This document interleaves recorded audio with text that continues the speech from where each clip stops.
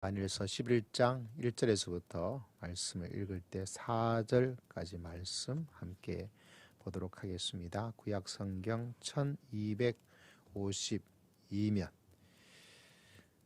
우리 다니엘서 12장까지 있는데 이제 11장 마지막 부분을 점점 향해서 가고 있습니다. 다니엘서 11장 1절에서부터 4절까지 말씀 함께 했습니다. 시작. 내가 또 메대 사람 다리오 원년에 일어나 그를 도와서 그를 강하게 한 일이 있었느니라. 이제 내가 참된 것을 내게 보이리. 보라, 바사에서 또 새 왕들이 일어날 것이요 그 후에 넷째는 그들보다 심히 부유할 것이며 그가 그 부유함으로 강하여진 후에는 모든 사람을 충동하여 헬라 왕국을 칠 것이며 장차 한 능력 있는 왕이 일어나서 큰 권세를 다스리며 자기 마음대로 행하리라. 그러나 그가 강성할 때에 그의 나라가 갈라져 천하 사방에 나누일 것이나 그의 자손에게로 돌아가지도 아니할 것이요 또 자기가 주장하던 권세대로도 되지 아니하리니 이는 그 나라가 뽑혀서 그 외에 다른 사람들에게로 돌아갈 것입니다. 아멘. 오늘 말씀을 바라보면 10장에는 1절에 바사왕 고레스에 대한 이야기가 나타나고 있고 11장 1절에는 메대 사람 다리오 원년에 일어난 것으로 생각할 수 않을 수 없는 그런 일들을 우리가 말씀을 통해서 바라보게 됩니다. 성경은 특히 때에 대한 시간을 딱 다스리고 계시는 하나님을 이야기해서 우리를 좀 헷갈리게 만들어줘요.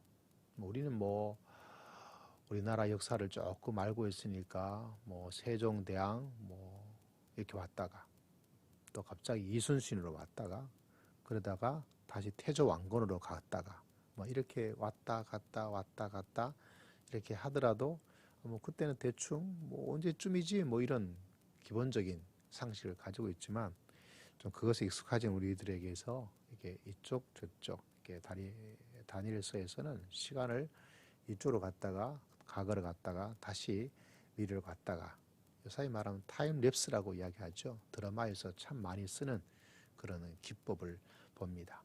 옛날에는 그러지 않았던 것 같은데 갑자기 이쪽으로 왔다가 현재로 왔다가 미래로 갔다가 미래에서 다시 현재로 왔다가 현재에서 미래로 갔다가 왔다 갔다 하면서 그런 시간에 대한 흐름 속에서 드라마를 전개하는 것을 보면 굉장히 놀랍죠. 근데 그 원조가 누구냐?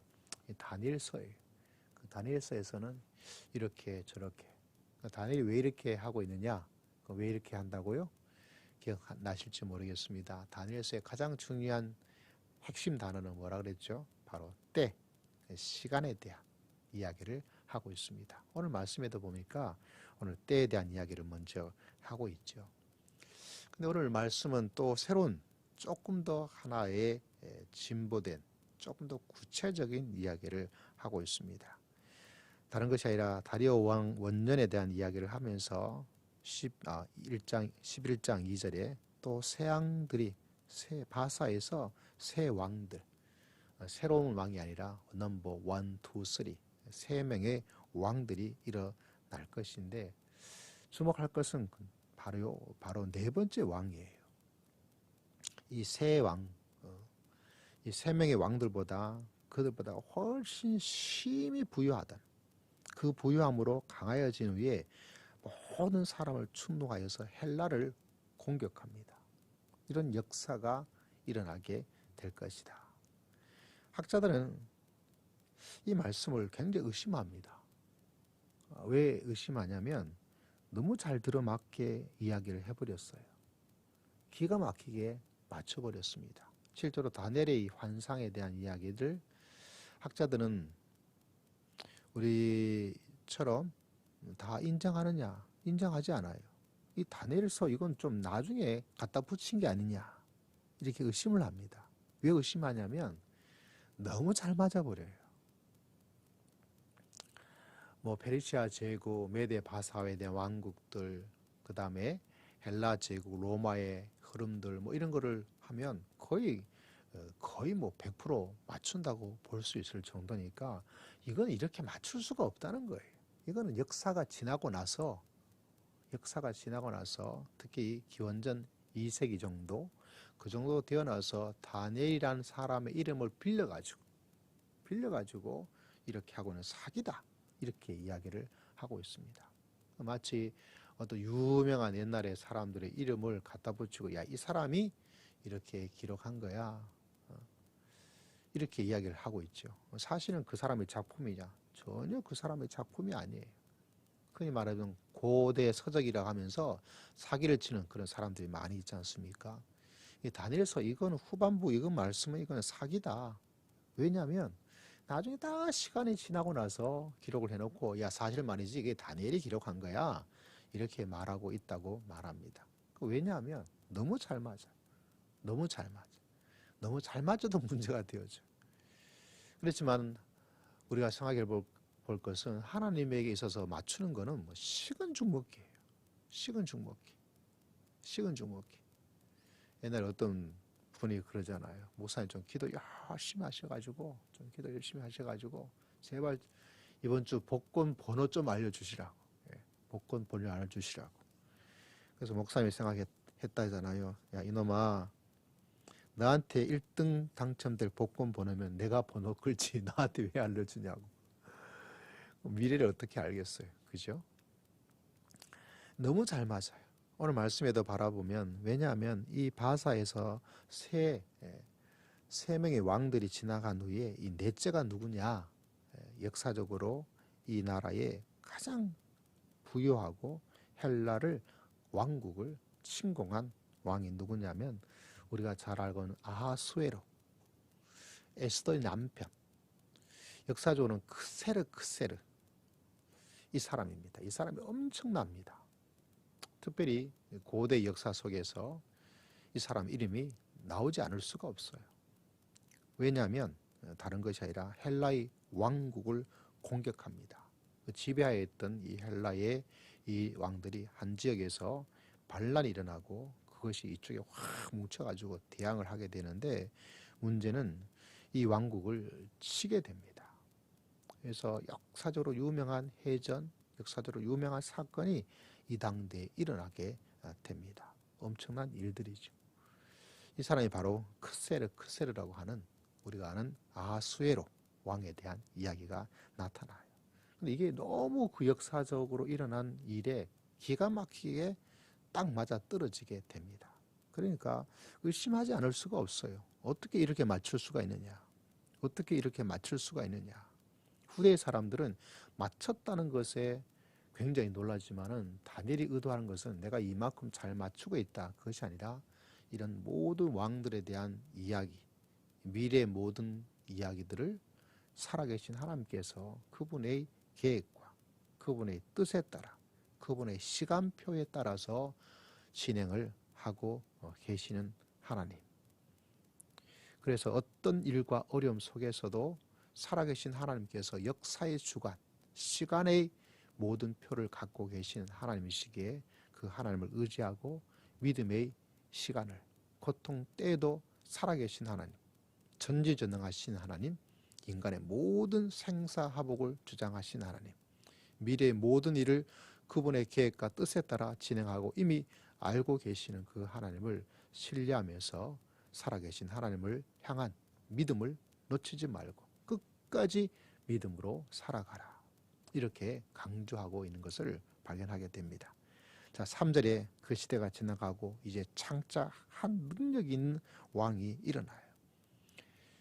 여러분 2절에서는 심히 부유하게 해주는 그 왕국이 헬라를 공격했는데 이제 다시 헬라 지역 그 지역에서 한 능력 있는 왕이 일어나서 큰 권세로 다스리고 자기 마음대로 행하는 엄청난 일이 일어납니다.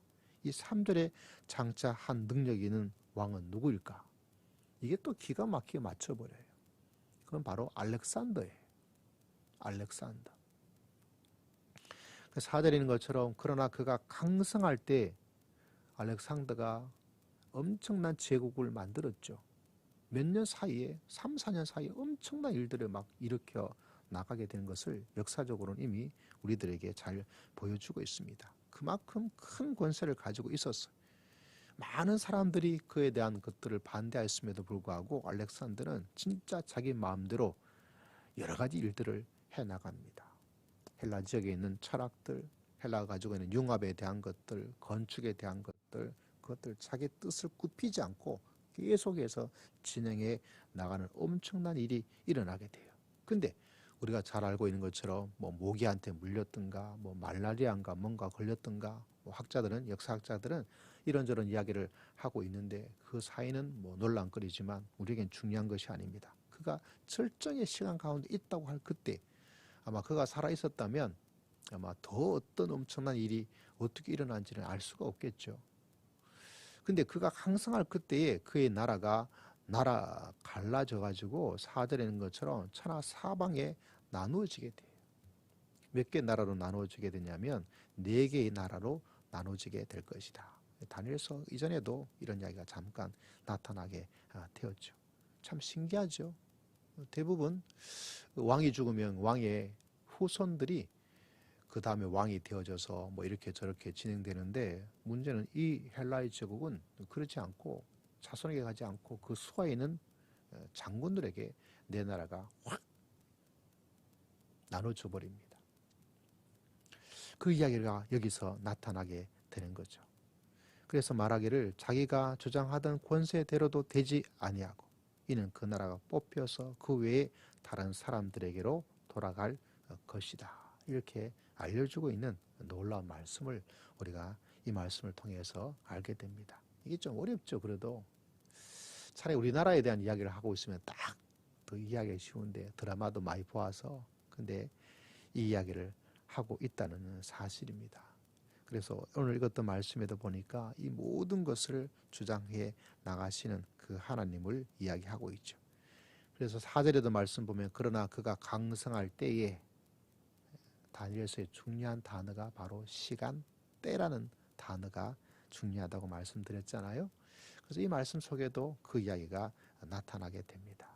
그리고 그 모든 것을 다 주장하는 그 이야기들 오늘 4절 마지막에 보니까 그의 주장하던 권세대로도 되지 아니하니니 이는 그 나라가 뽑혀서 그 나라를 뽑는 것이 아니라 그 누군가가 그 나라를 뽑혀서 다른 사람에게요 돌아가도록 다시 말하자면 그 누군가가 하고 있고 이 제국의 모든 것들은 마치 수동태로서 다시 말하자면 그 일을 당하는 거예요. 이 땅에 있는 사람들은 이 사람들이 이것을 한다. 이 왕들이 이렇게 하였다. 장군들이 내 나라로 다스려서 뭐 하고 있다. 적극적으로 사람들이 어떤 것을 다 운전을 하는 것처럼 이렇게 이야기를 하고 있지만 다니엘은 말하기를 그게 아니고 때를 주장하신 하나님께서 그렇게 되도록 만들어 가고 계시다. 이 이야기를 계속해서 하고 있습니다. 믿음의 사람들이 정말 믿음으로 가져야 될 것이 바로 다니엘서를 통해서 이 땅에 있는 모든 일들은 사람들이 열심히 하고 능력 있는 사람이 나타나서 세계 정치를, 세계 경제를, 세계의 기업을, 여러 가지 일들을, 과학을 다 하고 있는 것처럼 보여요. 그죠? 사실 그렇습니다. 그걸 부인할 수 없는 사건이죠. 근데 믿음의 눈을 가지고 믿음의 안경을 가지고 믿음의 놀란 하나님께서 보여주고 있는 것은 뭐냐면 사실은 그 사람이 뭘 하고 그 사람이 뭘 하고 그 사람이 어떤 입적을 이루고 그 사람이 어떤 뭘 하고 있다고 생각되지만 야 그거 다 뻥이야. 진짜 사기는 뭐가 사기냐. 다니엘이 이걸 기가 막히게 맞춰서 에이 다니엘이 지었다고 다니엘이 기록했다고 하나님께서 했다고 그렇게 말하는 이건 다 사기야. 어떻게 이렇게 기가 막히게 맞출 수 있어. 이게 사기가 아니라 여러분이 사기 당하면 안 돼요. 이 땅에는 어떤 위대한 과학자가, 이 땅에는 어떤 위대한 기업가가, 이 땅에는 어떤 정치 지도자가 뭐 수십 년 동안 어떻게 하고 있다. 대통령 선거에서 몇 년에서 어떤 일을 이루고 있다. 그것을 다 이야기한다라도 그건 다 사기고 다 뻥이에요. 뻥치지 말라 그러세요. 하나님께서 우리에게 말씀하고 있는 것은 그 사람이 하고 있는 것처럼 그렇게 보이지만 그러나 우리는 세세한 것을 다 알지 못한다 하더라도 살아계신 하나님께서 그 모든 것들을 때를 따라서 그리고 그 사람이 하는 것이 아니라 하나님이 하도록 하고 뽑아버리고 심어버리고 세우고 낮추고 그 모든 것들이 누가 하고 계시다고요? 살아계신 하나님께서 하고 계시다. 이것이 뭔가? 이게 바로 진실된 하나님의 이야기고 하나님의 세계인 것을 하나님께서 말씀해 주고 있다는 사실입니다. 요새는 좀 답답해요. 뭐가 답답하냐면 이게 코로나 이거 언제 끝날까? 코로나 언제 끝날까? 이거 왜 우리나라가 돈이 없는 것도 아니고 실력이 부족한 것도 아닐 텐데 왜 백신 주사는 이렇게 늦게 되어서 이렇게 힘들까? 뭐 여러 나라, 뭐 이스라엘, 뭐 미국, 뭐 유럽의 뭐 영국, 뭐 이런 여러 나라에서 뭐 심지어 중국 같은 나라에서도 어떻게 하고 있습니까? 뭐 이렇게 좀 자유롭게 지나가고 있는데, 야, 이건 언제 끝나도록 이렇게 될까? 왜 빨리빨리 좀 조치를 취하지 않았을까? 그건 참 제 자신이 좀 이렇게 막 의아스럽기도 해요. 의아스러워요. 그래서 이거 언제 끝날까? 이게 또 변이 바이러스가 또 생겨가지고 이게 또 어떻게 될까? 또 알 수가 없어요. 그래서 막 답답고 또 막 답답해요. 정말 이게 언제 또 이후에는 어떻게 될 것인가? 그에 대한 여러 가지 마음들을 이렇게 생각해 보면 참 답답고 불안하고 또 어떤 때는 막 짜증도 나기도 하고 막 그래. 근데 이 다니엘서의 말씀을 바라보면서 그렇지, 참 위로가 되고 좀 힘이 돼. 이런 시기안에 속에서 살고 있는 이때 시간을 다스리시고 때를 다스리시는 하나님, 그걸 자꾸 생각해.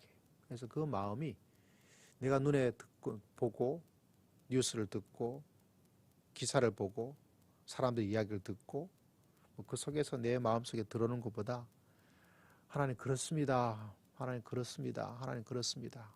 이거 언제 끝날지도 알 수 없고 왜 중요한 책임을 맡고 있는 사람이 빨리 되도록 하지 않는지 알 수 없지만, 그러나 한 가지는 제가 너무 잘 알고 있습니다.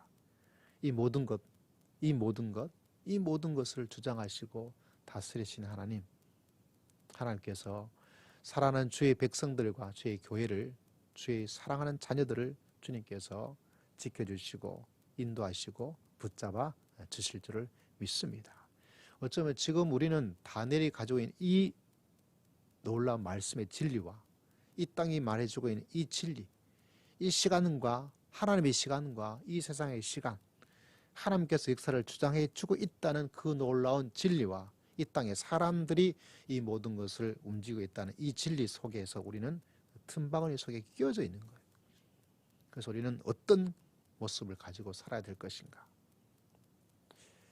너무나 당연하지만 우리의 마음속에 가득 채워야 될 것이 무엇인가? 그건 다른 것이 아니라 살아계신 하나님께서 이 모든 것을 주장하시고 이 가운데도 우리의 길을 만들어 주시고, 그래서 오늘 불렀던 찬양이 너무너무 좋은 것 같아요. 주님께서 인도하고 계시다. 주님께서 인도하고 계시다. 할렐루야. 여러분, 이 사실을 늘 마음속에 기억하여서 우리 마음속에 가지게 되는 여러 가지 마음의 답답함이 있을 수도 있고 분노가 있을 수도 있고 실망감이 있을 수도 있고 짜증이 우리 마음을 지배할 수도 있고, 그러나 여러분, 이 세상의 어떤 뉴스에, 이 세상이 우리들에게 말해주고 있는 그것에 여러분 사기당하지 마시고 하나님께서 말씀하신 그 진리를 붙잡고, 비록 이 사실이 우리 눈에 확연하게 하나님께서 나에게 뭐라고 말씀하시는지는 분명하지 않을지라도 한 가지 진리는 다니엘을 통해서 말씀해 주고 있죠. 하나님께서 그 시간의 흐름을 하나님께서 조정하고 계시고 끝맺음도 하나님께서 다스려 주실 것이고, 그리고 그 모든 것이 사람이 움직여 나가는 그것도 하나님께서 해 주시고, 그래서 인간의 생사화복을 주장하시는 하나님. 도리어 이제 우리의 마음이 이제 기대를 가지게 되는 거죠. 인간의 생사화복, 인간의 때에 대한 사람의 높아짐과 내려감, 세움과 무너짐, 그 모든 것을 주장하시는 하나님께서 어떻게 이 일들을 하나하나씩 풀어나가게 만들어주시고 또 그 일들을 어떻게 해나가시는지 하나님께서 해나가는 것을 발견하고 볼 수 있는 그 일들이 일어나게 될 것이다. 여러분, 그런 하나님의 진리를 마음속에 기억하여서 이 세상에 주는 그 많은 소식과 이야기와 뉴스에 내 마음을 빼앗기지 말고 하나님 이 모든 것을 하나님께서 다스려 주시고 통치하시고 하나님께서 우리를 인도하여 주실 줄 믿습니다. 오늘 하루에도 하나님 이삭의 100배를 얻을 수 있는 하나님의 기적 같은 놀라운 역사, 이삭처럼 순종과 믿음으로 믿음의 길을 달려가도록 하겠습니다. 할렐루야. 이 마음을 다시 한번 다지면서 믿음의 길을 걸어갈 수 있는 여러분 모두가 다 되시기를 주의 이름으로 축복합니다. 우리 주의 말씀을 기억하고 우리 주의 한번 외치고 다 함께 통성으로 간절히 기도드리도록 하겠습니다. 주여 하나님 아버지 하나님께 나아가고 또 나아갑니다. 주님 붙잡아 주시고